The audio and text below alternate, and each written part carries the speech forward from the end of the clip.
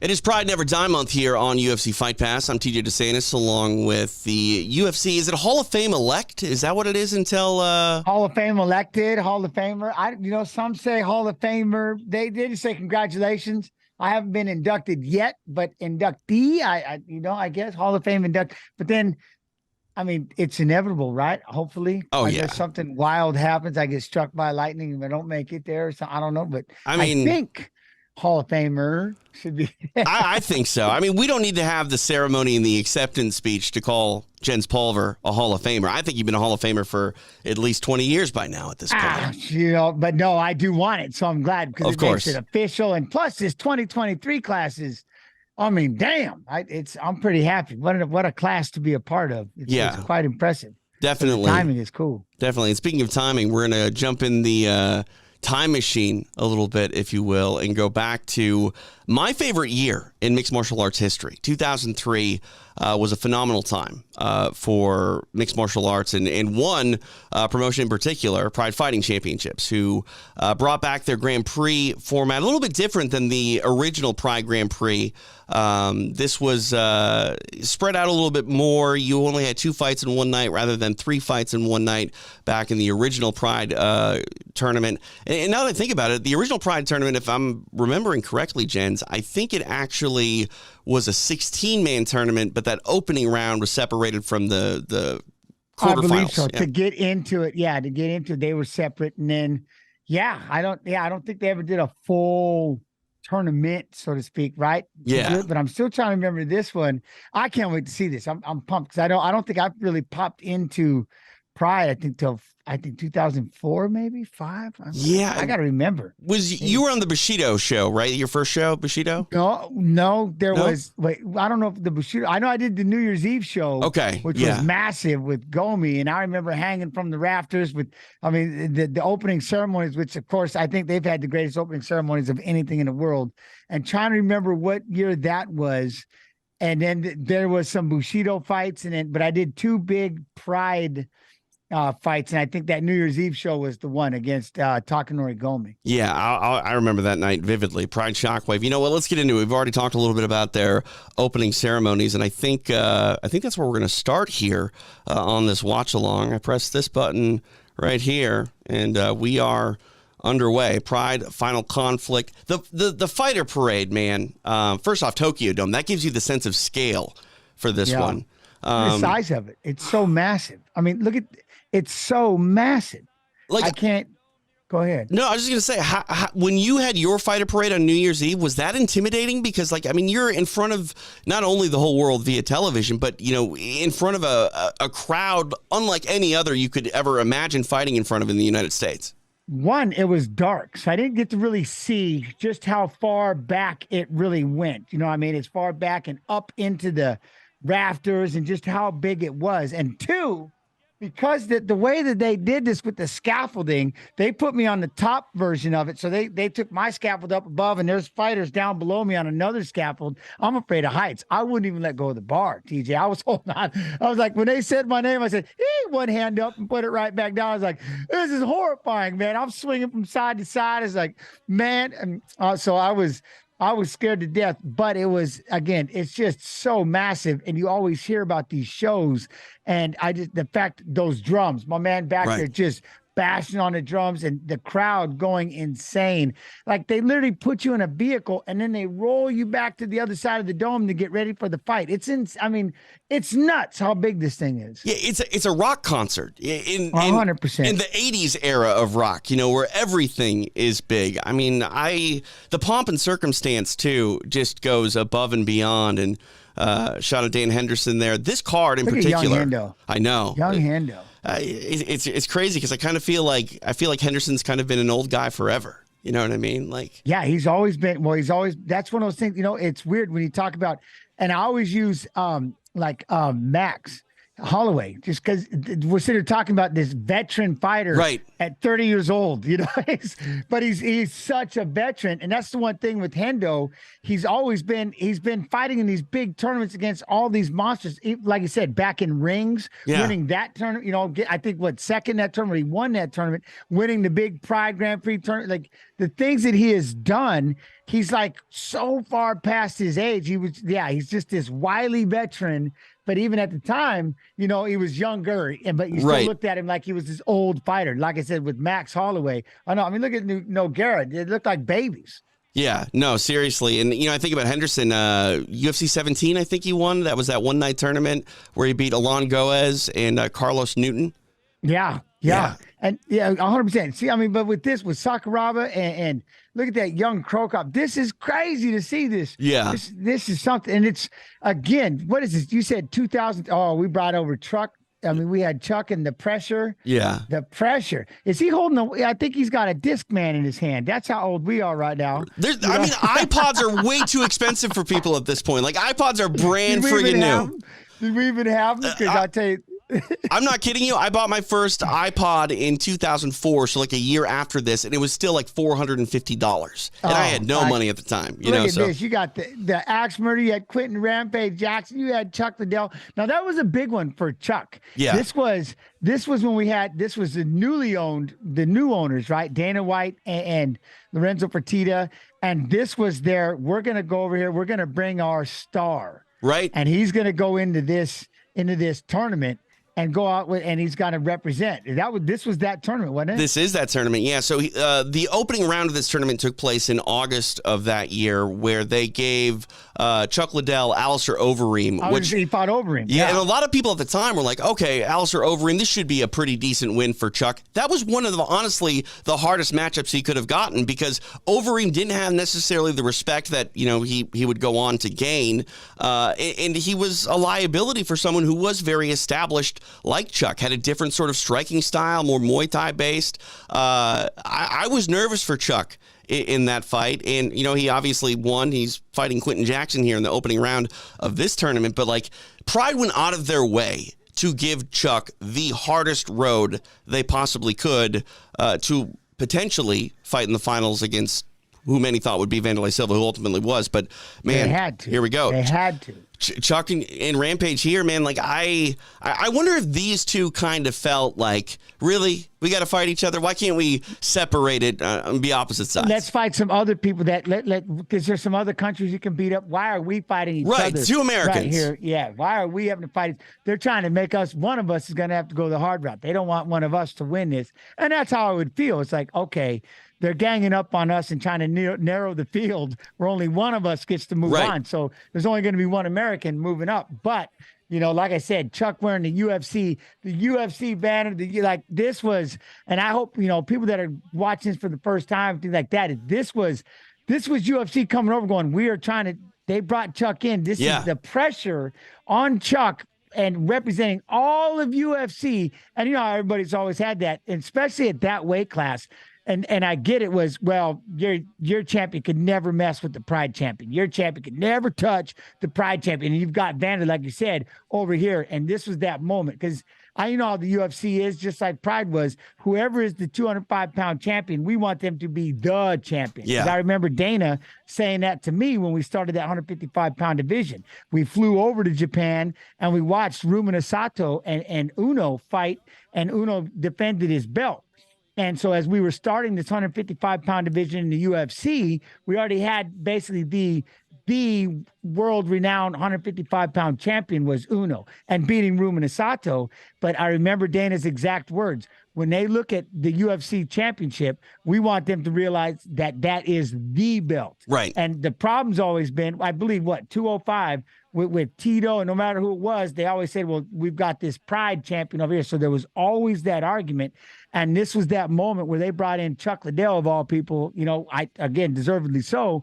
He's going to be our representation to show you just how badass the UFC is. And that's kind of what people, I don't know if they understand, but this was their attempt of really going in there going, we're going to win this whole damn tournament. And Chuck is the guy to do it. It's pretty cool. Yeah. And also, too, you think about where Chuck is at mentally. He just came up short to Randy Couture in June of that year, then turned it around and fought Overeem in August, which is, very dangerous and risky for a variety of reasons. But Dana's in the commentary booth here. Like, you got the boss. Commentating. Yeah. Okay, you got the boss watch. Like, I can't imagine the pressure. This had to be one of the most pressure-packed fights for Chuck Liddell in his career. Without a doubt. And it sucks because it's going against Rampage, who is the bona fide Pride fighter. And the other thing is, if you think about it, I believe, is Tito still the champion? Because this is the one, is Tito the champ right now? He's reigning. This is December. This is December. Randy had just beat him the month prior at UFC 44. Randy had beat... It was October. Yes. Yeah. So Randy had beat Chuck, was the interim champion, and then beat Tito. Okay, because, man, the one thing I was going to say about Chuck throughout this whole thing is, and this is what I love about Chuck Liddell, he fought everybody to get to that belt. Most people could have played it safe, said, I'm not fighting anyone until it's the belt, but he's doing all of this just to get to that belt. He's out here fighting the greats, the greatest, everybody. Yep. And he's not ducking anyone at any time because it's a risk, right? You could get you can get knocked out by this guy, whatever, but he fought them all. No matter, and on his road to getting that title shot, which is, I'll always remember that. There was just something about him and the way the road that he took to get that belt, to me, was probably the coolest thing, because he never, like I said, he didn't duck anyone. Right. Even on the way up before, fighting Randy, when Tito wouldn't fight him, like, I remember that at UFC 40, Chuck fought Babalu. And he fought the baddest. Whoever the baddest was, they gave it to Chuck. Yeah, no, 100%. Vitor Belfort before that as well. Like, Chuck was not afraid. And that's the thing, too, man. Like, if I'm in a street conflict and Chuck Liddell's in the room, I still want Chuck in my side. Like, Chuck is a fighter until the end, which is ultimately why, he and Dana White said, okay, Rampage is the guy. Okay, bring it on. They weren't afraid. They didn't care, and that's it. Like I said, you hear Dana in the background really talking him up. Like I said, that's the one thing, really trying to build this hype up. This was the guy, and they put all the show, they put all the weight, because 205 was pretty much the weight class for the UFC, especially back then, and a lot of times, and the other thing was with the heavyweights. Pride had all the good heavyweights, and we were still in that situation where, money-wise, if you were a big heavyweight, an athletic heavyweight, you're better off being third string, playing arena football. Right. There was other things to do than being a heavyweight and fighting in MMA, and that was kind of, again, the one thing. So 205 really was built, the UFC was kind of built around that, with Tito and you can get all those star fights and star matchups. And so, like I said, Chuck being that guy and going over here and fighting the American Pride representation of Rampage Jackson. And the funny thing is, they're like twins. I'm sitting here watching this thing, and they're both just they're going to land that one big right hand. Either one could turn the lights out on the other with that right hand. Yeah, we were talking about that tough road for Chuck as well. Chuck and Quentin had a lot in common as far as their road to this point as well being difficult, because Quentin, back in August of this year in the total elimination round, they told him he was going to fight Ricardo Arona all the way up until the day before the fight, when they said, oh, by the way, you're going to fight the former UFC middleweight champion, Bustamante. And, man. That is not good, especially Bustamante. Yeah, he's no joke. I like hearing that name. That's really cool. When you started watching his term, like, oh, Bustamante, man, I haven't seen some of these names in a minute, but, and that's the one thing, like, you're watching this fight here, Rampage is trying to figure out how he's going to throw that overhand right and land it, and Chuck is kind of piecing him up with combinations. It is, like I said, though, yeah, that's the one thing about Pride. It was basically that 205 was everything, and then coming over here and doing this heavyweight tournament. It was a lot of fun. I loved it. Then we still got our 85-pound Hendo taking on all the giants. He beat them all. 100%. When you were fighting over there, did you feel a camaraderie with the Americans, even if they weren't necessarily your teammates? I mean, of course, there was obviously, you felt like, obviously, you were representing, and they're bringing you over here to get beat, and look good in their, with their organization.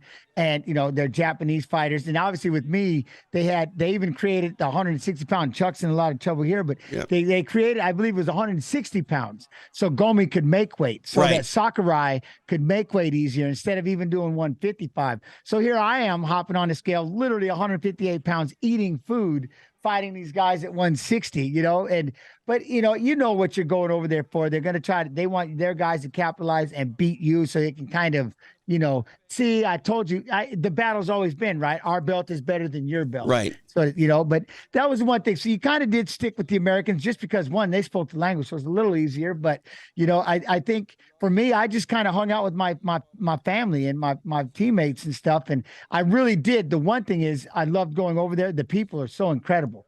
The being in that venue, how quiet it is. It's funny. It was COVID that gave people an actual feeling of what it's like for us when we were in Pride, because you can hear a pin drop in Pride, except for and you don't realize there's 60 some thousand people in that building watching. Like I said, you really didn't appreciate it until the lights turned on. You're like, what? You don't realize there's that many people there, as opposed to, like I said, COVID was the closest thing, being in the Apex, how quiet that was. Well, that's kind of how it was all the time in Japan. So I really I love the culture. I love the history behind it. I love the people. But at the same token, you are USA taking on the world. Yeah, no, 100%. I think about the amount of people there. Looking online, 53,000 people were in the Tokyo Dome on this night. And you can hear the coaches, the whole, like, it was easy, as clear as day, except when something good would happen. And I still remember back in the day, takedowns, guard pass, they would clap. They were so educated to the true styles of MMA, where it wasn't just, we were still knock them out, boo on stand a them takedown. Up, put them in a body bag. 100%. Boo when you shoot a takedown. These people were cheering on guard passes. Yeah. They would cheer if you could scramble around to get guard. They understood it. They understood the little things. Oh, and then all of a sudden when they were about to end, you could hear the murmur and then the explosion. You're like, what? There's that many people in here? It was mind-blowing. Yeah, getting back to this matchup too, Quentin Jackson had a lot of people believing that he was going to be the next Pride champion. He had been wanting to get this fight with Vanderlei for a while. He had to go through a very tough Kevin Randleman earlier in this year before he entered the Grand Prix. I mean, he was sort of the guy that should have fought Vanderlei had this tournament not happened and they were going to give out another title fight. But again, Rampage having to go through who essentially was the uncrowned UFC light heavyweight champion because Tito didn't want to fight him for a while, and then he, ran into a tough Randy Couture. Like, I honestly felt like Quentin was going to be the underdog in this fight, and I thought Chuck was going to get his hand raised. Yeah, and I think the biggest thing, the one, I don't know if they brought him over there with enough time dealing with the jet lag, getting used to that aspect. But like I said, this was that fight that Rampage is going over there, and literally he's the representation of Pride. He's got to go out there and he's got to try to derail Chuck with the UFC president literally sitting there commentating. He brought his guy over. You know what I mean? Dana had a pick. It's like, yeah, it's going to be Chuck. We're bringing over Chuck because he'll fight anyone. And like you said, so he is the guy at 205, and this is the fight for both of them. And I think, the one thing you can see, just the back and forth, they're twins. Right. The way that they get in there, and they don't really want to scramble too much with each other because they both know that, right? They're just one right hand away from knocking the other one out. I wonder if they trained at all together, because you had Chuck coming up, they had to. Yeah, right? Running in the same circles. 100%, especially back in the day with the WC from the very beginning and stuff, when they were fighting King of the Cage and stuff in California. They all had to be at the same fights. I mean, I remember coming over from Iowa with Jeremy Horn and seeing everybody at those, I think it was a baseball stadium. It was outside and everything else, and seeing everybody. There was, like I said, it was pretty wild in the beginning MMA days. Yeah, I would have loved if Jeremy was in this tournament. Jeremy, no stranger to tournaments. He was in a great tournament in IFC in Denver, where he made it to the finals against Babalu. Uh-oh.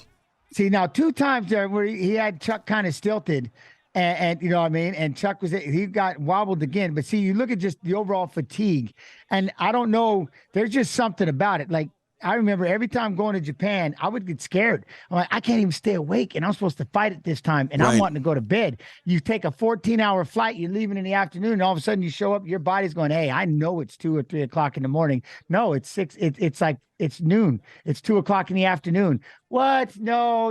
You try to figure this out. And I used to get nervous, like, I can't even stay awake. How am I going to fight? Right. But then naturally, I think just instinct and again, a certain form of adrenaline, it just the rush of knowing that you have to fight, whatever that would be. And it's just time to step up and do it. But I used to, leading up to, I'm like, man, I'm getting nervous. I don't think I can stay awake for this. And Chuck, you can tell right here on the back, just kind of taking a break.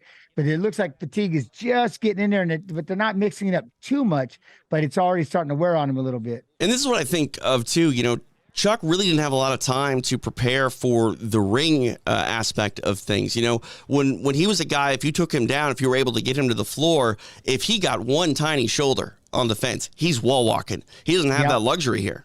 Yeah, no wall walking at all. And that's another weird thing, getting underneath it. I do love the ropes. And I mean, it was a lot of fun, but it seemed more like boxing. Right. It's more like we're kickboxing. You're just not used to being in the ring and shooting takedowns and MMA aspect of it 100%, especially like you said, that's so important being able to use that cage to walk your way up and get out of situations when people are taking that. Now, and the other thing is scary version, they can stick you into a corner. Right. We're round, so there's not too many, but you get some cages. Oh, another big right hand with Chuck dropped him down. See, again, I think he's just so tired as he's backing up and he's just getting overwhelmed, and Rampage is just picking up. And look at the way that he's breathing. You can just see, and Chuck, very lumbered lead hook right there. And Rampage is just dropping that head and windmilling his way in. I think he knows I can just a couple of punches away from beating Chuck Liddell. Did you, I guess it wasn't necessarily only in Victory FC back in the day, but they had the Victory cage was literally like a square cage. Yeah. I think Monty might have used it on some Extreme Challenge shows. Did you ever fight in that square cage or a square cage?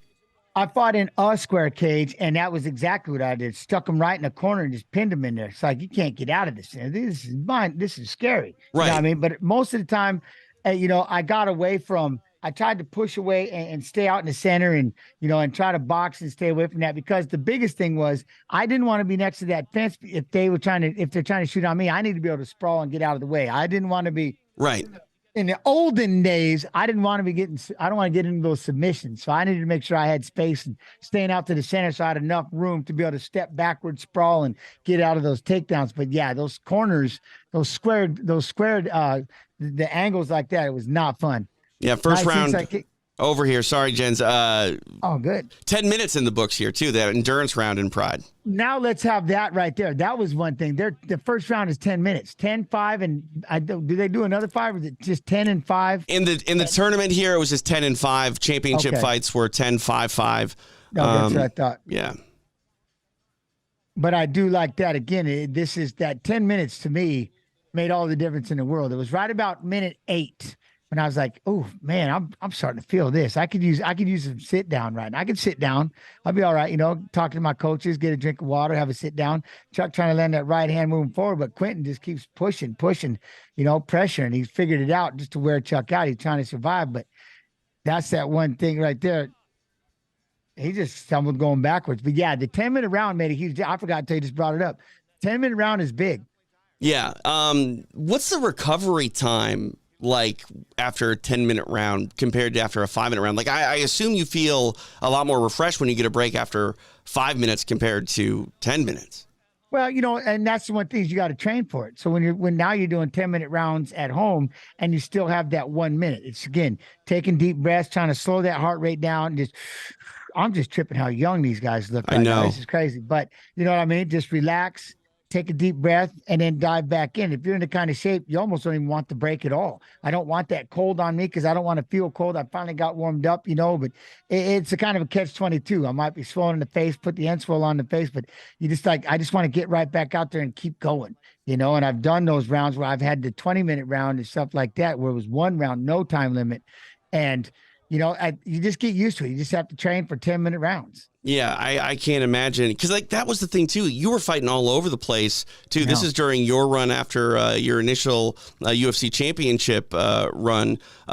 You go to different places, and it's different rule sets, like very different 100%. rule sets. Yep. Some you can knee to the head, some you couldn't, some you can open hand on the, the head. Some the times were different, all kinds of stuff. It's like, all right, whatever. You just got to make do. And then I was doing stand-up fights at the same time. I started boxing and everything else, like just making adjustments, whatever was out there in front of us. But that's just kind of how it worked for us. And the one thing here, see, you can just tell Chuck is so labored that I think the biggest thing is when the muscles start to get as fatigued as they do, that's a lot harder to try to get to recover. And I just can't tell people that jet lag. Right. You know what I mean? When you're going over there and that jet lag has already got you just have this groggy, tired feeling all the time. You know what I mean? You're taking naps, you're not getting full sleeps. You're always got that weird fatigued feeling. But you can just tell here, Chuck is doing everything he can just to keep his hands up. And Quentin, one, look at that, the way he just dipped to the right and came back firing that overhand. If he lands that thing, and now the fact they're going to go over and start wrestling with each other, that makes it even worse because now those muscles get tired, and that's that energy you're just not getting back. Yeah, no, 100%. I mean, Chuck's still trying to be game, and that's the thing. Everything here, I mean, Chuck dropped now, but like he's still throwing with every ounce of power that he has. He didn't come here to lose. Yeah, and you can see the way that he is falling backwards right there. That's kind of more of a fatigue fall. Like I'm moving backwards too fast, and it doesn't help. You've got Rampage literally driving forward, drive right into you, and then right there again, boom, against the fence, hits the double. You can just see Chuck's mouth. He's tired. Yeah, 100% tired, and it's one of those where you kind of have to collect yourself, take a deep breath, and then try to make a burst. But you're not going to be bursting without. It's going to be a full body collective effort to try to move at this point. And you can just tell Quentin is just getting warmed up. Little quick knee to the body there. I just said, did he try to knee him in the face right there? I think he tried to knee him in the body. Okay. But that's the thing too, man. Like I love the idea of being able to throw knees to the head on the floor. I think it changes the sport significantly. I'm a huge advocate for it. I think you should have it. And I believe over there, notice how Quentin's throwing elbows to the body, but he's not throwing them to the face. They weren't allowed because elbows, all they did was cut you. Right. Knees, they'll finish you. But look at Chuck. I mean, he's stuck, and Rampage is just ripping to the left side of Chuck's body. I just heard the referee go, give up. That was the other thing, too. They were always like the referee style and pride was something that was novel and brings me back some nostalgia.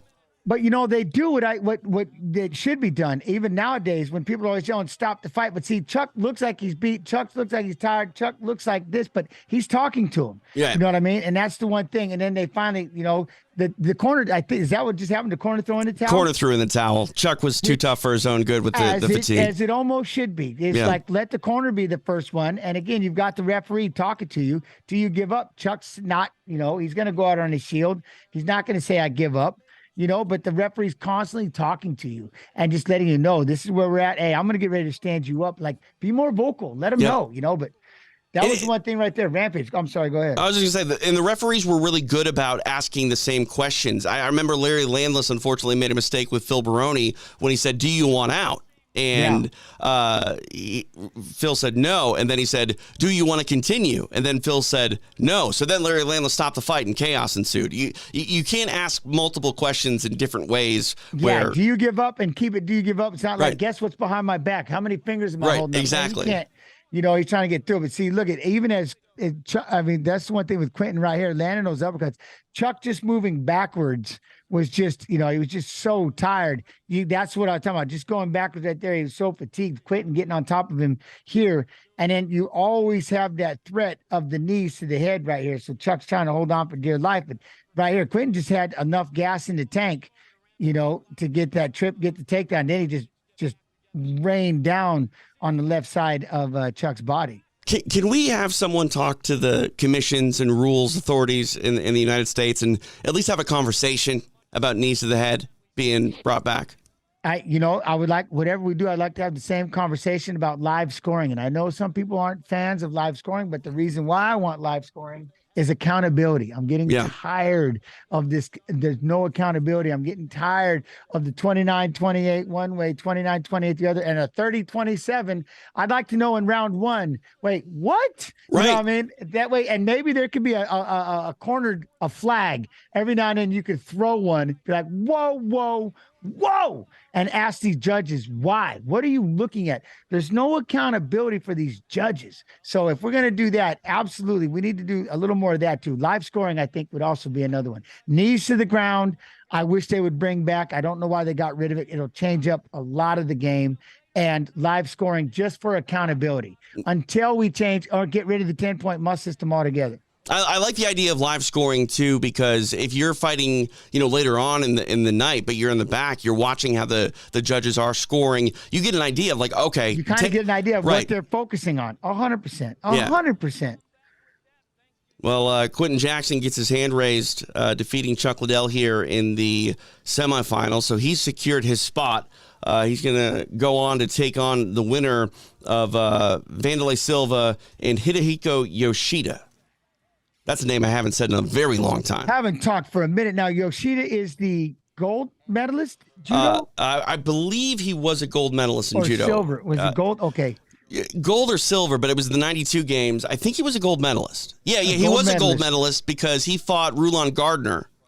And that was the first time 2 gold medalists in MMA had ever fought. Speaking of this one, did Rulon Gardner just bring himself back into the U.S. Open circuit? I think he might be wrestling again. What is he, 53? No way. You might want to look it up. I don't think we're past April Fools, but I think Rulon Gardner might be diving back into the Open circuit, you know what I mean, and wanting to wrestle.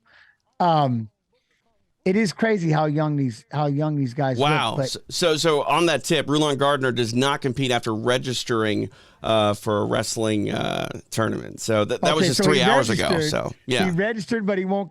So he thought about it. Right. Maybe they said no, but all right. I would say no if someone told me I had to stand in front of Wanderlei Silva, inside any sort of fighting enclosure. Great fighter, no doubt about it. I'm not taking anything away from him, but he also just looked the part. He was a guy out of Central Casting for scary ass dude you don't want to fight inside combat sports. Everything about him being in Japan, the size, just how big he was, the way that he fought, the knees, the way he, again, plumbed that head, firing those knees. He was an absolute killer. Axe Murderer is 1,000% exactly who he was, and you'll get to see this young buck wild Wanderlei was no joke. Japan, Pride Wanderlei was hands down probably the scariest individual. Yeah. Because he brought the same amount every single time. It was just this amount of ferocity that he was bringing was just ridiculous. No, 100%. Did you ever try to mean mug your opponents? Were you a guy that tried to have a sort of staring contest or get inside someone's head just by looks alone? I really mug. I look like this. I just had that resting that mean face, I guess. Just kind of look at them. But sometimes, but it's awkward. I'm not staring at their eyes either. Right. I'm either looking at their chin or looking at their forehead or something, but I can't. Which eye, pick one, so I'm not trying to get into the whole eye thing, but yeah, just kind of sit there and just be as emotionless as possible, I guess would be the thing. Sure. I'm going to fast forward a little bit. We got a good fight in front of us here between these two. So we are underway. And this is the thing too. There's a lot of the line. Gi. Yeah, he can wear the gi, and he utilized that a lot. I can't remember who it was, but he did the Ezekiel choke. He had that a couple times. I think he might have beat Hoyce, or there was a no contest or something about the gi with Hoyce, and then they rematched and Hoyce got the win. But I don't know, man. The idea of wearing that gi, I would just think you're just wearing a giant handle for someone like Wanderlei who wants to knee you. 100%. As someone who finally had to grapple in a gi, that was, I think, the thing that drove me the craziest. Everybody's just holding on to my gear. It's like, oh my man, let go of my sleeves, let go of my pant legs, let go of my lip. Stop it, let go. Yoshida with the takedown right off the bat, which is absolutely the smartest thing to do against Wanderlei. Wanderlei was skilled though on the floor though. He had some tricks. For an arm bar. Yeah. Well, the one he doesn't close the guard. You can already see he shifted the hips a few times, looking to grab the right side, the left side, and then he goes ahead and gets the knee. If anything, to create space, because look at Yoshida how hard he literally had his hands crossed and just trying to push forward and just smash him to the ground. And Wanderlei using those knees to create space. he had it as much as we forget about what he could do on the ground, but utilizing those knees and then holding on to the lapel and trying to bring him down and pull him into his punches from his back. Yeah, I remember Nakamura, who was Yoshida's student. Vanderlei fought him a couple years after this. And midway through the fight, Nakamura said, "The hell with this gi," and tries to take it off mid-fight. Doesn't like get a timeout or anything. And Vanderlei tries to pounce on that, but like, yeah, man, I don't know. I struggle to see. I mean, if you can do the lapel choke and get your guys, your opponents caught up in your own gi, it definitely can benefit you. But again, fighting someone like Vanderlei who wants to keep you in the clinch to knee your face off, I don't know if I'm giving anybody handles. Just a whole bunch of extra handles, 100%. Not to mention, it's just it's got to be hot with that dang thing on, trying to throw punches. It's thick. It's you know what I'm saying? It's got that stiff, congested kind of feeling that you have on it. It's obvious what you're doing when you're wearing that damn thing. You're not going in there to do any kind of boxing. As Vanderlei's trying to literally work a triangle choke, and he gets hooked. See this kind of thing. He gets hooked underneath the rope. Then they got to hit the pause. Everybody pauses for 1 second, allows him to try to grab this triangle choke, push on the hip. And the thing is with Yoshida, he's not trying to rise out of it. He's not dropping the hips and posturing up. He's just sitting down there like, all right, maybe you are going to get this. I'll just keep my elbow over here to the right side, and hopefully that'll be enough space. Do you remember the old IVC show down in Brazil that had like that net on the bottom, two ropes? Net on the bottom, and I do because of Pele. Yeah. And there was some scary, those little Speedo-wearing sons of bucks going over there with some of the most brutal bare-knuckle IVC stuck in that web, someone leaning over the rope, punching them through the web. And I remember that. I'm like, that's why I'm not going to Brazil ever. Seriously, man. Like, and not to mention the crowd, they're all locked up and everybody's waving behind it. And I was like, this is a madhouse. Yeah. Madhouse. And you hear the horror stories. If you were an American to go down there, they were not for you on that. You know what I mean? And the way that they all just kind of hunkered around that cage. There wasn't women and children at a lot of these early fights. It was a lot of it was a fight club. Right. And everybody there they were all ready to fight. And you know what? They all had their gear with them because in case they got asked. I know, like in some of those extreme challenges, they would literally fight. Like, I got my gear in the back. Oh, well, trust me. We need you. Let's go. I know plenty of dudes who went to their first MMA show and went home with the 0-1 pro record. Jason Black went in there and came back with a 1-0, a cauliflower, and another time he went to watch his friend, came back with a belt. Dang. They needed him. To, like, we have this quote unquote amateur. You want to do? He's like, sure. Obviously, back then, amateur is pro rules. You're just not getting paid. Yeah. Shows up all beat up, and he's got a belt that's going, you were just supposed to go and support and corner. Right. What happened? Oh, they asked me if I wanted to fight. I was like, huh, what? I go, that's it. I'm never, ever letting you go to another show without me going with you. The heck with this. I love the Midwest days, man. I can't tell you how many people I saw fighting combat boots and camo pants.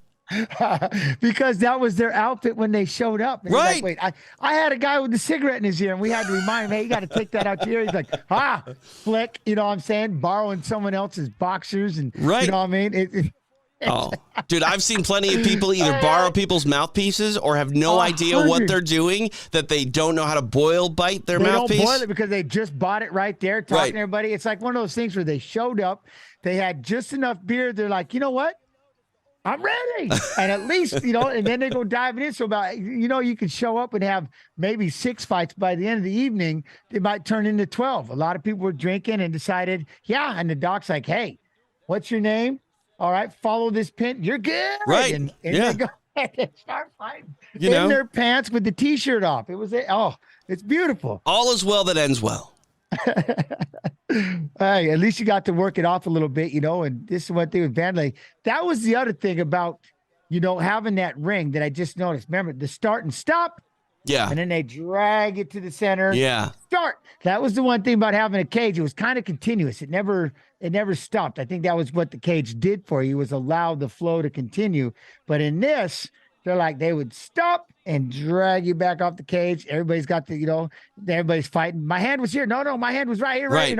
All right, go. It'd take like 5 minutes of arguing, like where everybody was situated. I was here. And they're like, I had this. No, I'm right here. It's like, all right, are we good? Everybody good? Nobody move, and fight. Yeah.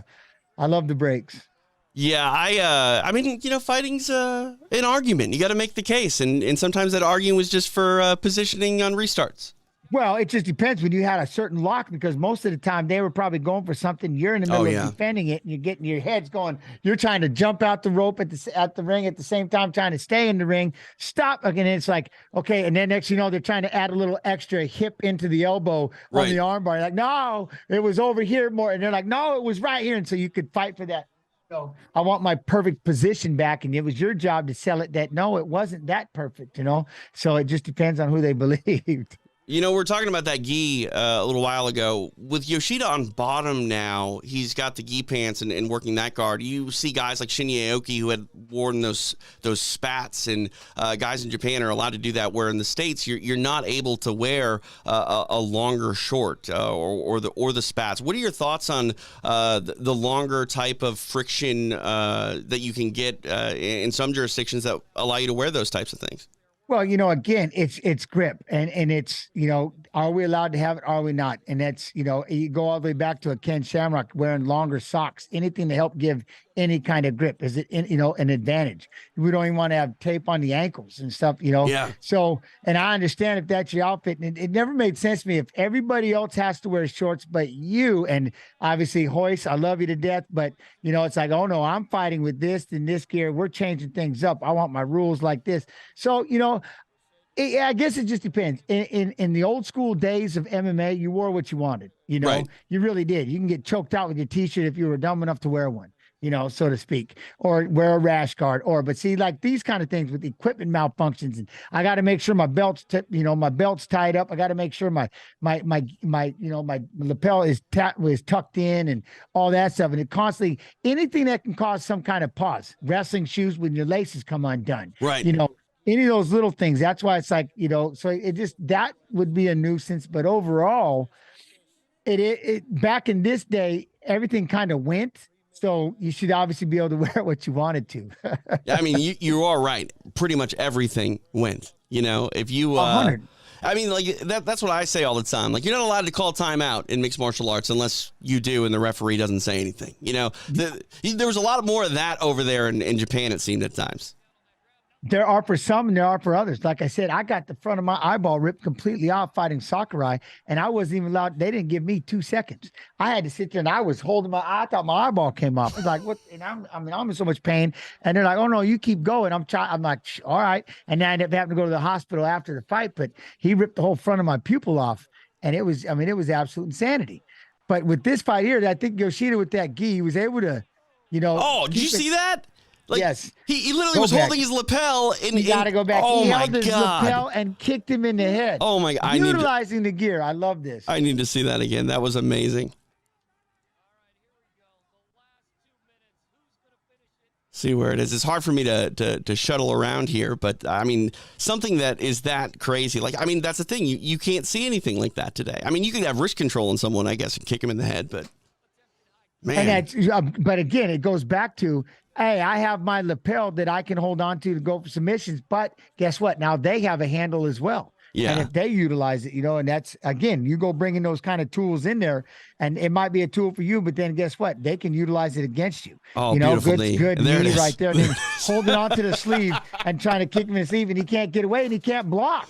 You go back and see the way especially how he held it just right by the elbow. Yeah. Literally, he couldn't get his hand up to block. So why not kick him in the head? I love it. It's beautiful. It's a hockey fight. 100. Yeah, man. Yes, that's exactly. Trying to pull it over his head. Right. You know what I mean? Utilize that gi, man. Grab those. Yeah, that's 100%. Start choking them out with clothing. Again, that's the one thing. Holding on to that, being able to hold on to that lapel, it's got to work against you at the same time. No, 100%. Just a special era. Like, I don't want, people to go back to that, but man, jumping in the time machine, Jens, like, it just makes me feel warm and fuzzy to see some of this stuff. It is pretty cool. Like I said, less wrinkles on their faces. They all look like little youngsters. It is cool to go back and realize, just that how it was and what they were doing. And it is a lot of fun. What you could wear, the rules that, what you could do. And, like I said, I like where it is now. I do wish they'd bring back knees and obviously fix the judging, but it was really cool, man, especially at this time where I'm glad that I've got to see over there that, the showcasing of this spectacle, I guess, right? Yeah. Just this event. It was so amazing. You had to at least see one Pride fight. It was worth it. Yeah, Vanderlei gets the win here. This is actually the first loss of Yoshida's career. He had previous wins. Well, I mentioned the fight with Hoist. That was a draw. He had a win over Don Fry in a time where not a lot of people had beaten Don Fry. And, he had a valiant effort against Vanderlei. But now looking at these two performances, you saw Quinton. He got the stoppage over Chuck. Vanderlei goes the distance here against Yoshida. But we're talking about two very different fights because Quinton had to go through hell with Chuck. And while Vanderlei's, appropriately gassed for going 15 minutes, he didn't take nearly the punishment or have to put, the sort of rigorous output that we saw Quinton do to get past Chuck.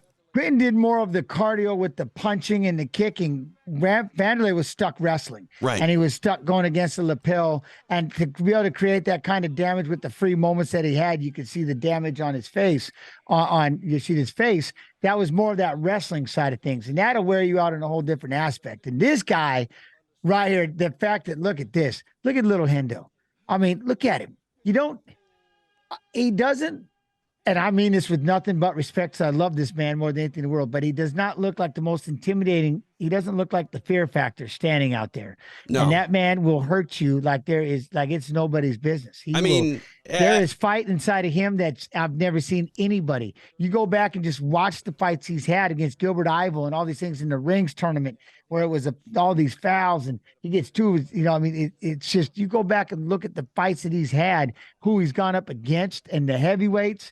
He's hands down the greatest fighter I've ever come across. At this time, Jens Pulver has the best left hand in mixed martial arts. Dan Henderson might have the best right hand in mixed martial arts. 100%. And then the other thing was we didn't get to realize just how nasty this Bustamante, how good he was. And then with winning the belt and stuff, he was so good. Look at his frame. Look at that torso and stuff. He was so good on the ground. He has jiu-jitsu body. Like, without a doubt. You look at him like that guy does jiu-jitsu. 100%. Now he's got to go up against, a guy who's got a mighty right hand who is Greco-Roman, which I love even better, which is, for a lot of people not understanding, like wrestling, obviously there's the freestyle side of thing that's with the tilts. There's what you do in high school and college, the collegiate wrestling where the scoring is different. Freestyle, you can tilt, but Greco is all upper body. It's more, to me, it's more like judo and things like that. Even when you throw the hip tosses, it has to be from hip above. You can't trip the legs. But look at Dan. Already finishes the fight in seconds. I mean, you can take that whole thing back. He made one boo-boo. If Dan Henderson hit you, it was over. Yep. That's what was so crazy about this man. If he hit you, the fight's over, and he just proved it again. And what was interesting about this is Bustamante had just lost to Quinton Jackson in the opening round of the tournament here, but this was the first time that Bustamante was stopped after winning the UFC championship. He left on a contract dispute, so this was a huge win for a variety of reasons for Dan Henderson, who was flirting with that idea of moving down to 185 at this time. They didn't really necessarily offer it in Pride, but I'm sorry, I don't think you can have a conversation where you're talking about the 5 to 10 best guys in MMA ever and not include Dan Henderson. No, he has to be. And that's what I'm saying is you have to go back and look at, like I said, those rings tournaments, those Pride tournaments, fighting at heavyweight at a bona fide 185-pound man. And look at just the damage. And he hurt everybody. He was such a threat at all times, all the way through. And we don't even got to talk about the fact what he retired at 46? Yeah. He fought well into his 40s. He's a different human being. He is a different fighter. He literally is that rare breed, one of a kind type of fighter. He's amazing. Ageless. I remember he fought Rafael Feijão in Strikeforce when Feijão was the champion, and I was talking to somebody that I worked with at SureDog, and they're like, yeah, Feijão's going to kill this Dan Henderson. And I'm like, I don't think so. And he's like, Henderson can't even walk. I'm like, he doesn't need to walk. He doesn't need to walk. Like, you get him in the cage, he just comes alive, and then he knocks people out. He knocks people out that right hand. He's when it comes to just grit and determination, it's Hendo. Yeah. Do what he's got to do to win, it's Hendo. And there's just nobody else. There's nothing like him. He's a one-of-a-kind fighter. He's insane. Yep. It's crazy to see this young Hendo. Look I at him. know, I know. He looks like he could be a model. He's so fresh 100. faced. I like it. I like it. He can too. My man. Look at Randy Couture over there in the corner. Big win. Big win. Yeah, 100%. Let's fast forward a little bit as we move on. Again, for my money, 2003, one of the best years, if not the best years in mixed martial arts. And man, look at this. we could not talk about Pride without talking about Kazushi Sakuraba, and he's going to take on the late Kevin Randleman. Man, The iconic Sakuraba. It's not even funny. no. Randy's up there. He's throwing out the belt. GG. Getting a warm welcome, getting some flowers. I like it. I love that he's still wearing his Dane Henderson t-shirt. 100%. 100%. Oh, he's passing out the flowers. All right, goes to Sakuraba. Sakuraba, drinking and smoking and fighting like a boss. Oh, I know. I had a chance to call one of his grappling matches at Quintet Ultra a few years ago, and man, like he's obviously older. He's obviously not an elite fighter like he was during his prime, but he is still Sakuraba, and being around him, there is just something special about that, Jens. You know, and it's like, look, you got, and like I said, rest in peace to Kevin Randleman. This is a beast. Like, look at this little explosive grenade ready. Like he's ready just to rip into you. Look at him. He is wearing his wrestling shoes. He's in his comfort zone. But the way that Sakuraba was able to have fun, it almost looked like effortless. Yeah. I've never seen somebody be so calm, cool, and collected. And like he was just enjoying himself with his happy chops and everything else he would do in these fights. Some of the things he would do. He was an entertainer. It was like he was the first pro wrestler to come over and do legit MMA. You know what I mean? And he understood it as well. He understood fighting, but he also understood the business of fighting and was a huge star because of it. Yep. And he had a lot of fun. And it was fun to watch him. He didn't know what he was going to do. Look. And now you just give it to him every time. He doesn't look like anything. That's the beautiful thing about it. Look at this monster. No, I mean, that's obviously his name, but the monster is sitting right there. Look at just fired up and ready just to explode out of a cannon. I just run through. Look at him. He's halfway across the cage. You're not going to keep him in the corner. Yeah. Sakuraba was just so calm, cool, and collected. If I could tell anybody, if you could have the demeanor of somebody, make a Sakuraba. Go back in time like this and watch Sakuraba. Just when it comes to having the calm, collected attitude, just watch him. He's something else. There was nothing like him. Yeah, no, I completely agree. And also, too, Randleman, to sort of emphasize his the danger that he brought to the Pride ring during this time. We're about a year away from him knocking out Mirko Cro Cop when Cro Cop was pretty much untouchable, and nearly beating Fedor by dumping him on his head before. Remember that 5-point throw is perfect. If we were in a Greco or freestyle, that was a touch fall. Those shoulders rolled through the 5 and blew the whistle. But see, that's it right here. Look at Saku holding on the fence because Randleman wants to throw him. He's like, I will throw you belly to back right now. And Sakuraba's like, look, we got to start again and try to get out of there. But that's the one thing, like with these wrestlers, is they know. Look at the way he's got that right hand cocked and locked. He's going to throw. There is no easy punch. This isn't like boxing where I can have those setup jabs and setup punches. This is, I'm going out there as a wrestler, meaning everything I throw, I'm just throwing these 25-pound kettlebells, just and I will go out of my shield, and I don't care how tired I get. But here's where it gets scary. Yeah. A good wrestler going out there, he's working on a cradle situation right here, but holding on to that front head and letting the knees fly. Yeah. That was made for the wrestler. And if you're Sakuraba, you got to think every second that passes is to your advantage, though, because with that intensity of Kevin Randleman, there's no way he's going to make it 20 minutes in this fight without slowing down. His output is just always too much. And you know what it does. Yeah. It's going to suck up oxygen. So the longer he goes, the more it's going to require, and the less he's going to be able to create.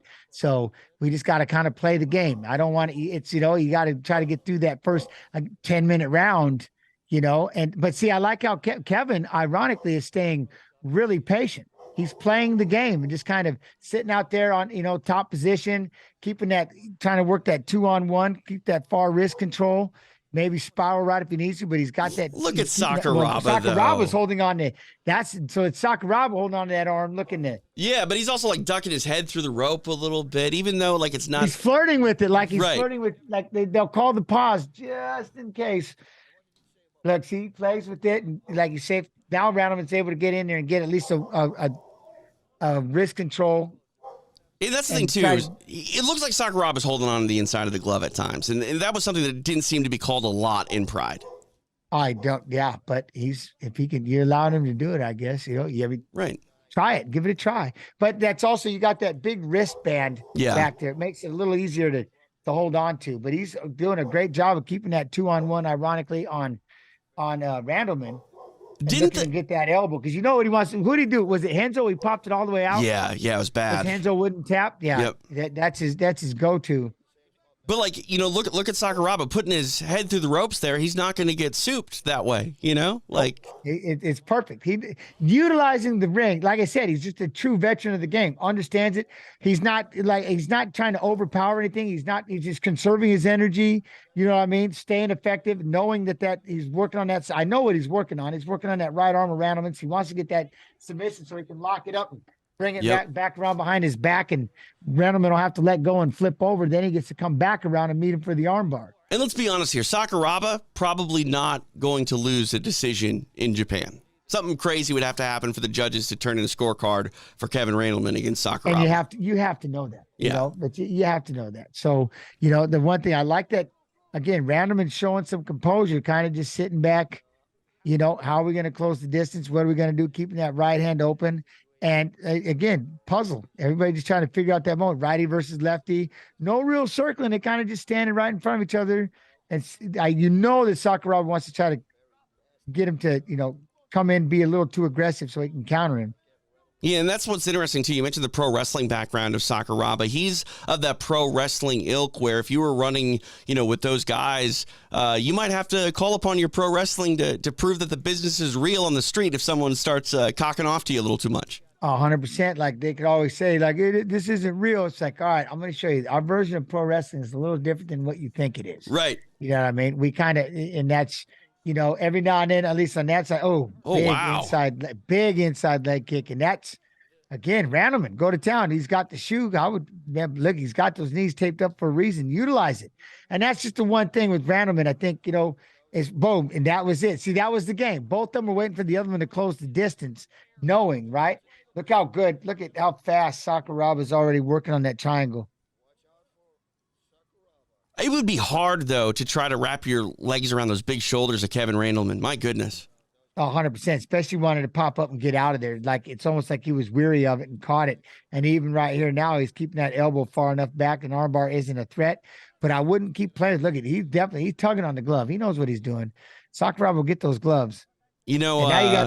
Sorry to interrupt you. I was just, we were talking about pro wrestling and, I think about tag teams. Is there a better sort of duo for intensity and to match one another than Kevin Randleman and his teammate Mark Coleman? Yeah, they're awesome. They're funny. They're just funny in every aspect. They've got so fired up. You'd have to get fired up just to be next to them. Just watching them train and motivate and push each other to get hyped up for the fight. I just remember Randleman yelling at Coleman, "Mark, you got to breathe. Breathe, Mark." And that's literally all his whole entire corner advice was, just please breathe. Stop holding your breath. Yep, that's it though, right? Breathe, relax, focus, concentrate on your game plan, do what we worked on. Breathing stands for so much more than just breathing. You know what I mean? It does. Just, hey, calm down, relax, work on work on the stuff that we work, focus on the stuff we worked on. Take your time, set things up, but don't sit there and wait too long. Breathe means everything. It means get after it, but, Look at this. I mean, he's got that triangle position to a certain extent, but you don't see Randleman really freaking out at all because I don't know if Sakuraba has the ability to really bring that leg over and lock up that triangle to where it's choking. Yeah, and see, now I'm trying to figure out at what point. Now he's trying to do a good job of keeping Randleman's head down, but at what point will Randleman try to lock up on that one leg? I think because he's not feeling the threat yet that he went, but at some point that he's going to have to bring him up and try to slam him down. We're utilizing pushing him up against that fence. Again, this is another thing. If there was a cage, right, this is kind of a situation where it would help. But this is just, big shoulders of Randleman, keeping that. The biggest thing is, one, that elbow. As long as he can keep that elbow far enough over there to keep that hip at bay, he's not going to be able to shoot that leg across. And, and then but obviously he hasn't tried to eject out the back just yet. There's a separation from the legs. And that's something, if I was like, you're playing too much, Vanderman. You know what I mean? You're just playing too much. It's already, at this point, now that he's moved it over the shoulder and he's over on the side of the neck, it's time to get up. It is time to get out of there now. Like, while you still have a little bit of an opportunity, it's go time, because Sakuraba's going to, he's going to take that right leg. He's going to push on that hip, kick that leg across the back of the neck, and then it'll be a lot tighter. You know, see how he's inching it, see a little bit, but if I was random, it's like, it's time to let's just get out of there right now. There's no point in flirting. You're flirting on the fault line. You know, it's interesting. I'm sitting here looking at this as a viewer, and we're kind of doing a little bit of play-by-play. There's no timer. Pride didn't have the clock on TV, nor in the arena. Lenny Hart would get on the mic and go, 5 minutes left in the round. You know what I mean? Yeah, nobody's allowed to know. That's not, you don't get to focus on. Yeah. You're not supposed to focus on time. No looking up the clock and wondering how much time's left. You don't have that. Like, nah. You fight until it beeps, and we don't care. Like, you won't know. You know, look, and now he's doing it again. He's starting to work his way over there and try to sense that. If he can get that leg across, look at Ramon. I like that. He's hanging out. I'd be curious if I could hear what, Colvin just, come on. I wonder if they're yelling at him to, make sure. The biggest thing is get up and get out of there. You gotta posture up, get out of here. So Pride had the yellow card system where the referee would stand you up or issue a yellow card due to inactivity. We haven't seen one yet here, but I'm wondering, is Randleman, dancing close to that edge of potentially getting a yellow card for not trying to improve or get out of this position on the floor? I would say not, and I would almost guarantee the crowd especially is loving this, because they know just how close Sakuraba is at getting this triangle. Yeah. And if you, like, anytime, man, a rabbit caught in a trap, man, the more you fight, the tighter it gets. And that's the beautiful thing, that even in 2003, the crowd over there in Japan, they knew it from day one. They were so educated on that guard game. They knew the threats. They knew the intricacies of what's happening on that ground, and just the little bits of, if he could just shoot that leg cross, that he would have it. So they never got upset by that, and that's not timidity, that's puzzling. And right. I think the referees, they knew it, and they understood the game a lot more in that aspect. Yeah, and it is interesting. You think about that. Think about 50,000 people cheering for a guard pass. Like, 100%. It's just unheard of. Or just because he was flirting with the idea of a triangle, and they're, right, yeah. I mean, you could hear them just, they're getting all like, because they know it's like, the end is near, He's got that one leg over. We got in 2003. Right. Triangle's coming. And there's something too about the excitement of the Japanese crowd. It's a hushed excitement. Even though they're starting to make noises, like at first it's, oh my goodness. That's what I mean. It's just this mutter. And you kind of catch this buzz. You'll hear this buzz, and then all of a sudden, when he actually catches it, and then it just explodes. You're just like, what? Then you realize there's 50-some thousand people in there. Yeah. So here we go. We're gonna pick up with some of the action here. I believe in round 3. But see, I like, again, throwing that kick. That's a risk for Sakuraba to throw that kick. He doesn't mind being on his back, but again, Randleman catching that leg, that's a guaranteed takedown, trying to catch that leg, kick it out from underneath him.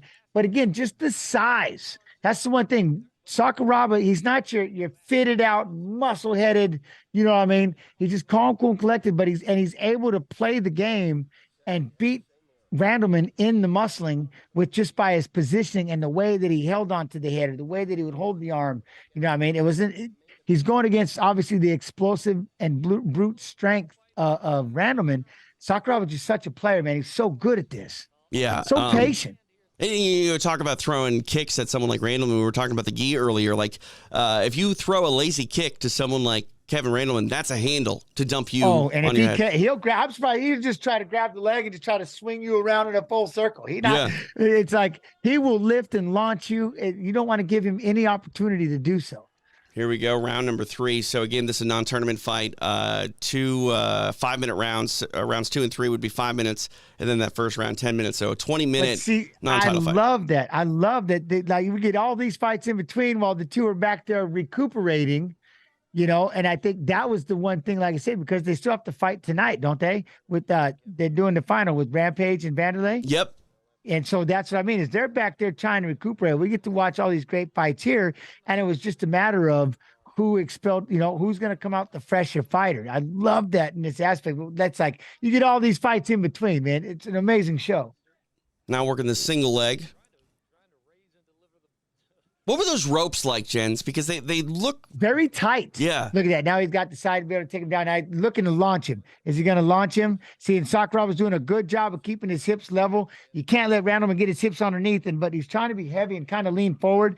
So it's a little harder for Rampage to kind of lift and throw. He tried, but he's able to lift and dump and get that takedown and be careful. No, the one thing about those ropes, you know how with the boxing ropes and stuff, that they were pretty loose. Right. And that was always what was the scary thing. We were talking about some of these older shows that we would go to back in the day. And those boxing ropes, TJ, they were so limp. Like if there was a takedown, they were going right through them. And that was the one thing with this one. What is it? 5? I believe it's 5 ropes. And they're cabled. So they're so tight.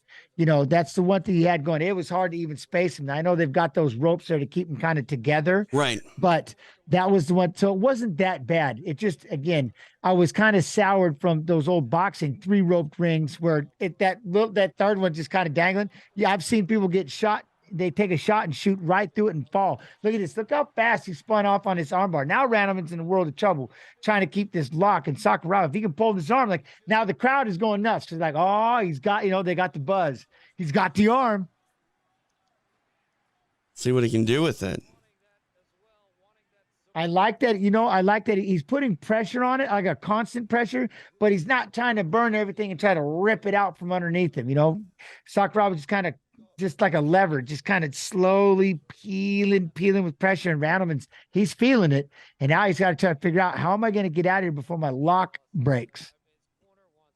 And like Randleman doesn't want to do a somersault and end up on his back in this position. Now he does. And then they try to create the scramble, and he tapped instantly. But that was the game when he finally, again, the patience of Sakuraba just to sit right there. Yeah. Most people wouldn't do that. He's like, all right, I'm going to sit right here, and I'm just going to pull on the arm just a little bit. I'm going to just kind of hang out. And he waited. And what happened? The rabbit in the snare panicked, flipped over, and it was locked. It was done. And that's what I love about that, because there's no question who the better athlete among these two men are. It's Kevin Randleman. Without a doubt. But that's Sakuraba. Yep. And the crowd, they love him. They love him for it. He's amazing. I mean, he is amazing. 100%. Let's move forward in our night a bit here. 50,000 plus just going ham. Well, here's I think. Oh, my Lord. Look at baby Nogueira and Cro Cop. So this is the interim heavyweight championship for Pride, because Fedor at this time had broken his thumb. Do you remember that? And, oh, my God. Getting soccer kicked by Mirko Cro Cop sounds Did you see terrifying. how fast he just shot off to the side and landed that soccer kick? Yeah. And you can see this fight, like Nogueira's already beat up. He got busted right in the face instantly. He made one mistake on that shot, and Cro Cop was like, no can do. He sprung back, landed a devastating shot, but the way he just jumped over the legs and just kicked him right in the face. This is a very scary, scary Cro Cop back. Look at his movement. Look how fast he was. Yeah, and this is a interesting sort of time for heavyweight mixed martial arts, as you were saying. Pride had, a lot of the elite, if not all of the elite heavyweights. UFC was, this was a Silva era. He was starting to, come up over there. He beat Rico Rodriguez earlier this year. Yeah, he had Rico and Cabbage and again McGee. Yep. And, what I mean? And again, it's not a knock, but just to this level, right. Again, Orlovsky was the second toughest guy on the planet over there in the UFC. And then it's like, but you had these guys over here in Pride. Yep. And it was, no offense to that, but that was just at that time we were talking about. It was a 205 was our powerhouse, I think, in the UFC around this time. 100%. And, Nogueira had just recently lost his heavyweight championship earlier this year to Fedor. Cro Cop, was just killing everybody coming over from K1. And, we had to wait until 2005 to actually get Cro Cop versus Fedor. But I was stoked for this matchup. And I think it works because this sprawl game is so good even right now, but that's something obviously he has to work on. You can just throw, when he throws that devastating straight left down the pipe, Nogueira has got to figure out. See, but that's the thing about Nogueira. He just stays in there, stays in there because he knows. I just need this one opportunity. It'll present itself in this 10-5-5. Somehow it'll present itself, if I just don't get my head kicked off in the process. Yeah, I like the fight IQ by Nogueira, failing on that shot and then immediately going to his back, trying to maybe get Cro Cop sprawling and maybe accidentally falling into his guard and getting caught off balance. It hasn't worked yet, but, Nogueira trying to find a way to get this fight to the floor any possible way he can. And Cro Cop being the patient of, and he could, like you said, you can get into that where it's kind of hard to turn it off and you're right in the middle of a combination. But like Cro Cop hopped the one time, but you can tell it's like hot water. That's an electric fence. Once it hits the floor, he throws his hands back like, no, I'm not even playing with this. And the grip strength of Nogueira is something that I've heard everyone that has fought him talk about. Fedor actually had his wrist controlled sitting in the closed guard of Nogueira, and Nogueira wouldn't let go of his wrist, and Fedor postured up and hit him, and Nogueira's grip never broke. Never broke. That's crazy. He would latch onto you, and man, like he might not submit you every time, but you were not going to be able to make a lot of space easily. Oh, it's very scary when you get with those grapplers, those jiu-jitsu grapplers, very dangerous when it comes to submissions, and they grab your wrist. You just can't get it free. It's like, oh, I'm in trouble. Like, yeah. That is bad. That's like having a flat tire on a race car. Like, that's not good. I'm having control issues. Obviously, I can't go fast. I'm stuck here, and he's just a matter of time. He's gonna get this submission attempt, and I don't want to see him lock this thing up. And it gets scary with these guys when they can do something like that. Javier Vasquez, really quick and explosive like that, but. And the bell rang right there. Oh, my goodness. And see what I mean? That's my point. Is somehow Nogueira, if there was 10 seconds left. Seriously. And Nogueira, to his credit, he's got a chin on him. He walks back to his corner somewhat okay. But, dude, you just ate a left high kick from Cro Cop. You know what I mean? Right How okay can you be? Exactly. But he was that's what I mean. When it comes to just toughness, Nogueira had it. Yeah. And like I said, and he's a threat because he knows that. Like, yes, I'm in the middle of just a horrible, horrible barn fight right now. But the reality is I'm just 1 second away from ending this, and I just got to figure out when it's going to be. And Cro Cop knows. See, little things like this, how even though he was trying to get out of it, you can't panic too much. Nogueira was able to hold you down and keep you there, but keep your distance and try to hurt him at bay. And that's, what I mean? And making sure he pushes him off as he tries to close in, hop out of the way. Watch. He's going to throw a boom, boot him to the face and get out of there. But that's the one thing, landing that straight left and just doing everything he can to be aggressive, but not too aggressive. Because if he does, Nogueira's going to capitalize. That's the other thing, too. We always talk about the kicks of Cro Cop. He had good hands as well. He had good punching combinations. Very good. And if you notice, it was a big 1-2 punch and then push away. 1-2 punch and kind of push away to make sure that he didn't overcommit. Because, sometimes we do that. The fighter will get too aggressive punching forward. And all I got to do is just level change. Boop, I get a takedown. You know what I mean? Nice kick in the face. But Cro Cop was very weary about that. Every time, like, he was aggressive to just up, and then he pulled back from that fault line, if that makes sense. Yeah, 100%. So, very, decisive and dominant first round there. And there's the Fedor watch. Look at the man. Look at the man. I still remember young Fedor in Rings tournament. Oh, man. Yeah. That's when he fought Meat Truck Shaw and nobody knew who he was.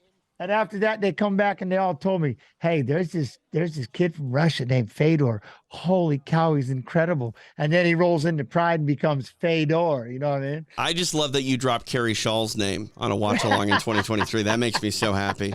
Hey, man, that's because VHS to Blu-ray. I've been here for all of it. There you go. Round 2 underway. Again, interim heavyweight championship of the world on the line here in Pride. And you got to think Nogueira, deep inside, he believes in himself, but he needs a miracle, and maybe that takedown was that. Miracle might be it, because now he's going to pop over the leg. We just went, and look how fast he's already in side control, throwing the knee into the mount. We're in a world of trouble and here, look at all that, all Cro Cop, when all he's trying to do is get a waist lock and just try to maybe hold you down. That's a bad thing. I don't see him pushing on a leg. There's no shrimp. There's nothing happening right now. Maybe grab the rope. Ooh. You're flirting with danger there, Nogueira. But that'd be the one thing is, Nogueira, like, he's been waiting. Right. He's been taking this massive beating for this moment. Oh, yeah. I've been waiting for this moment for all of my life. He's going to strangle that rope if it means he stays on top. That's it. Now, but I love how he is. This is where he needs to be. Don't over punch. Don't over pursue. And, but it's like, I'm going to hurt you one way or another here in a second. This is a bad spot for Cro Cop. But I do love it because, yeah, Nogueira just, again, taking his time and more than anything is not allowing Cro Cop to push him off, push his hips back, do anything to get free from here. And you think about Cro Cop, who's, dominant, top 3 in the world at heavyweight right now, still a baby in the grand scheme of things in mixed martial arts. Really hasn't spent much time on the floor. We start to see him, do better with submissions and actually pick up submission wins of his own. But here, oh my goodness, there he makes all the mistake. Power, but he fell off of that armbar, and that was it. He pushed and he got it. You see the mistake? He made one boo-boo. He made one, and he stiff-armed him. But that's all that Cro Cop could do. He sat up and he stiff-armed him, and for a minute it looked like, oh, it's working. He's going to push him off, and Nogueira goes, yeah, no, really, thank you. Fly just fell into my spider's web. Yahtzee, and then he hits the armbar and finishes him. Unbelievable. But you look at his face, and you look at the difference between the two. Right. He is wrecked. That's right. Who won the fight? Who won? And exactly. Deep inside, Fedor just watched that. He's like, oh, great. I don't have to try to take out this problematic kickboxer. I'm gonna have to out grapple. I'm gonna have to out grapple Nogueira. I'm gonna have to try to play on the ground with him. Or how can I beat him standing up? Saying he just survived and he just beat obviously the one thing we all loved about Cro Cop. Right. Left hand cemetery, right leg hospital, left leg cemetery. Yep. But that was it. And even Cro Cop knows I had my chances, but you got that mountain. That's just, I can't do it. It's kind of like when Hunt, came out of and started fighting in MMA. Yeah. And it was so much fun until he hits the ground. It's like, hey, but it was a good try. Right. You almost knocked him out, and that was the game. And that's the game with Cro Cop. Can he knock you out before he gets to the ground? And like you said, he starts getting better later. But 2003 Cro Cop, yeah, he's just gonna hurt you bad until and that's what this was a classic fight to prove that. And that's what I love, because there's, both of these guys are professionals and both incredibly skilled at fighting, but there's an equal level of not just respect, but panic of the other's game, 100. And if you look at what he just did, Nogueira, the way he baited him right there, he kind of allowed, look, watch, he allows Cro Cop to think he's pushing him. Look, oh yeah, you're pushing me. Nope. He gamed him. He gamed him. He allowed him to overextend it. And again, as soon as Nogueira's like, he knew what he was going to do the minute Cro Cop sat up and pushed him. And he, you know what I mean? And he was able to transition over and get that armbar. What a game. What a game. Minotauro Nogueira, the interim heavyweight champion. And now it all leads to this one. Quentin Jackson beat Chuck Liddell earlier in the night, now making the walk to take on really his chief rival of his entire career. This is his rival. It's the Axe Murderer. There's no ifs, ands, or buts. These two. Yeah. These two. Yeah, and this was a highly anticipated fight. Like, these guys had been both doing well. Just really quick, look at that. Not to cut you off, but look at how high up, chat. When you see that, when you go back to see how that panned out, how many people were literally there? That thing goes up and third level, fifth level. You know what I mean? It's a stadium. So big. Oh, it's so big. Yeah, it's massive. But look at this. This stare down is incredible. Incredible. Oh, I can't. I wonder how quick we're going to see the previous matches affect in this fight. It's been a long time since I've seen this, and we talked about it. Quentin had to go through a very toughened game, Chuck Liddell, where Vanderlei was... They did a lot more punching back and forth, and it took him to break him. Vanderlei just kind of had to deal with the clinch and deal with the gi, you know what I mean? But he's already got him up in the air, and he's got to watch out for that. Take your time. You can't just slam him down. Vanderlei's already looking for a guillotine. Rampage couldn't help himself. He's got to pick him up, and he knows there's a slam. That's it, right? I love how he's just resting on the rope. And we'll see. We'll see if your guard, he's got to just wait. The patience. Look at that. They try to slingshot him off the rope, but that's the one thing. He's got to watch out for that and make sure, like, how tight. And if you love the one thing without cutting, I'll stop talking. But you're good. Look how patient Vanderlei is. I'd be so excited I have that. I'd almost be squeezing too much, but he's not. He's tight, but he's not squeezing. And now he's starting to apply a little bit of pressure on the back of the head of Quentin and trying to really turn up that arm, but not too much where he burns himself out. Slowly takes him down. Rampage is, he popped out, but that was hurting. I thought he passed out. How different would this fight be if elbows to the face were legal? Because It's not really Quinton's game necessarily, but you got to think that if he was able to elbow his opponents in the face in pride, that he probably would have rained them down. He probably would have tried, but at no point. I mean, he doesn't really have the opportunity yet right here. And again, being careful, but he was damn good with knees too. Yeah, you know, that's something he did. He was very good with the those trade-off. knees. Yeah, I think Quinton would prefer those knees to the elbows. I'm with him 100%. That's why I loved even old school UFC. I love the knees. Knees to the ground are just, man, they need to come back. We got to have them. But yeah, right here, I think the biggest thing is Rampage. Just again, you got to just get your wits. How much did he get squeezed out of him? Patiently waiting, but that was tight. At the same token, you've been holding him up there, and he kind of eased down. Luckily, it worked. You were able to pop out. Not luckily, but obviously he was able to fight his way out of it. But right here, it's just kind of a back and forth. Sorry. No, it's okay. You know what's so cool about this? I've told the story a billion times. Right around this time, a little before this fight happened, I saw you fight Rob Emerson on a volleyball court in Minnesota. I actually got my first MMA interview with Quinton Jackson because he just put his phone number out in the Sherdog forum. Like, MMA was such a small community that, Quinton Jackson just wanted to chop it up with fight fans. He just wanted to chop. Hey, that's boss. That's gangster. I love it. Heck yeah, that's time, man. The Sherdog forums. The underground forum, the Sherdog forums. Oh, that's where you went. Right. That's where everybody went. That was the place to go. It was the water cooler for MMA. You're 1,000%. 1,000%. The Sherdog forum was a little more hardcore. Well, it just depends because you had. And then I think the Underground Forum had more of the... I think there were more insiders at the Underground Forum, like actual people involved in the community. Yes. And I think that the Sherdog was a little toxic-ish. A lot. Uh-oh. More haters. 100%. They were the Twitch chat as opposed to the... Oh, see right there, though. You go back, you see that knee, but how he got out of that armbar, and now he's able to reign. Giving Rampage side control with knees is a whole different game. Oh, yeah. Than, when you get side control and having knees, beautiful thing. And did Vanderlei overdo it? Again, squeezing, trying to do what he can to push off. Rampage doing a great job of trying to be heavy, but look how fast he got that guard back. Nice little exchange throughout that. Phenomenal stuff. And this is where I wonder, does Quinton slow here because of the previous fight? If he didn't I don't think he can help himself. He's got one speed. Yeah. And that was the thing that I loved about with that fight with Chuck was he just kept putting it coming forward. He was that wrestler that second period, third period are his. And that's, again, getting through the first one. But if you own that second and third period, look at that, sitting up, raining those shots down. That's the beautiful thing about Rampage back in the day is he just got better as the fight went on. You get into these dog fights, he brought out the pit bull. Woof. And he could just keep going. He would outwork you. I loved him.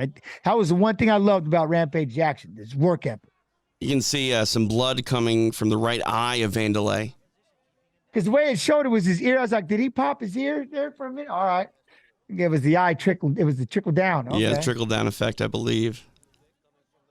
But again, I like this right here, but the problem with Vanderlei opting to keep his guard closed, that means Rampage can just press forward and just pull shots. There's no armbar threats. There's no, sweep threats. There's nothing. If you're just going to keep those legs closed, now I just get to sit there and just try to throw as many body shots, just go ham until the guard pops up. And then at this point, now maybe we can eject out the back. I love it. Vanderlei looks, like I said, you just see how fresh-ish Rampage is looking as opposed to Vanderlei, who's on his back. It's just, he's just trying to tie him up. Ooh. And he finally. Is it the end of the round? Quinton's pissed off. I was going to say, he should be mad because he never stopped moving. He was fighting yellow the whole card. time.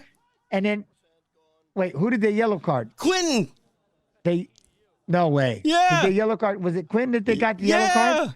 Or did they just no way. Because look at big high kick goes over the top. See, that's a bad thing. Because one of the things, if you're not privy to it, that's 25% of your purse. Yeah. It's not only the position. Oh my God. Big kick to the face, another knee for Rampage. I can't believe he's eating these. He's eating them. Oh, he's getting holding the rope. Out. Oh, he held onto the rope. Man, they're giving Vanderlei all kinds of freebies. He got to hold onto the rope and get out of that to keep the balance, get out of the leg. Rampage shook those knees. Go ahead. Life is good when you're the champion, gents. I'm telling you. Oh, dude. The high kick. Oh, and this is where you don't want him right here, where he's trying to look. You're trying to block these knees, and he is firing. Look at that with ruthless abandon. Rampage, come on, Rampage, grab a hold of him. How tough is Quentin back in the day? Good Lord. Yeah, I mean, he's not going anywhere willingly.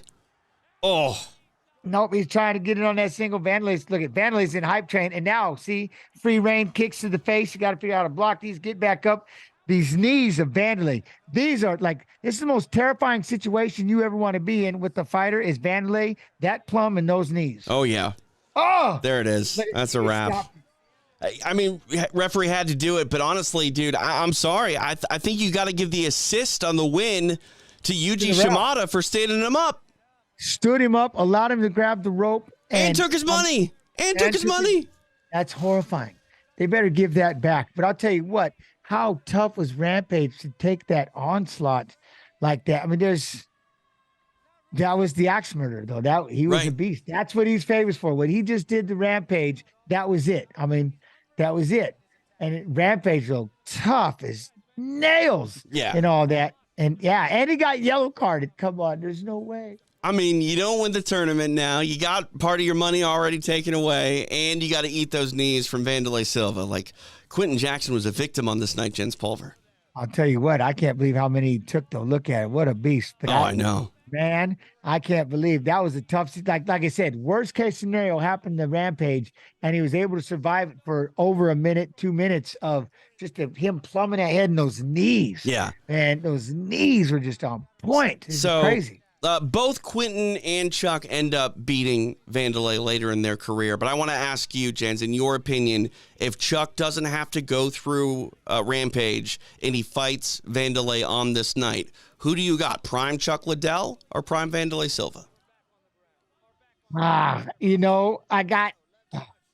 It's tough, right? It is too tough because I'm watching these knees over and over, and I know Chuck would, it would boil down to how fresh Chuck could be, right? How fresh would Chuck be after that fight? Yep. And how powerful that punch is, because it's going to have to be quick. Because he does have that one-hitter quitter, but the overall flurry. This back in the day, this is Vanderlei in his feels. This is Vanderlei in every aspect. He loves this, the atmosphere, where it's at. I mean, everything about it. This is all Vanderlei, and that is one hell of a momentum ball to stop. Yeah. So. I don't want to go against Chuck, but damn, it would have been stepping into a Mission Impossible situation. How about that? I mean, we saw the fight years later. Chuck got his hand raised, but it's still the one fight that, in my mind, we didn't see those guys in their 100% primes. At this time, yes, and that would be, I'm telling you. The days. And then, see, the one person nobody's really noticing, there was the other most threatening individual on the planet right next to Vanderlei, Mr. Rafael Cordero. Yeah. Right there. There he is in the black shirt.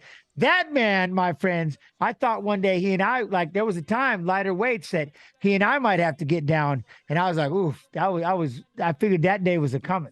Rafael Cordero was no joke. He was scary. Back when you talk about those Vale Tudo days and stuff, it's like, woo, that boy was mean. I mean, you talked about Pele earlier. Like, I loved Pele. I loved the Matt Hughes Pele fight. I loved that whole shoot box crew.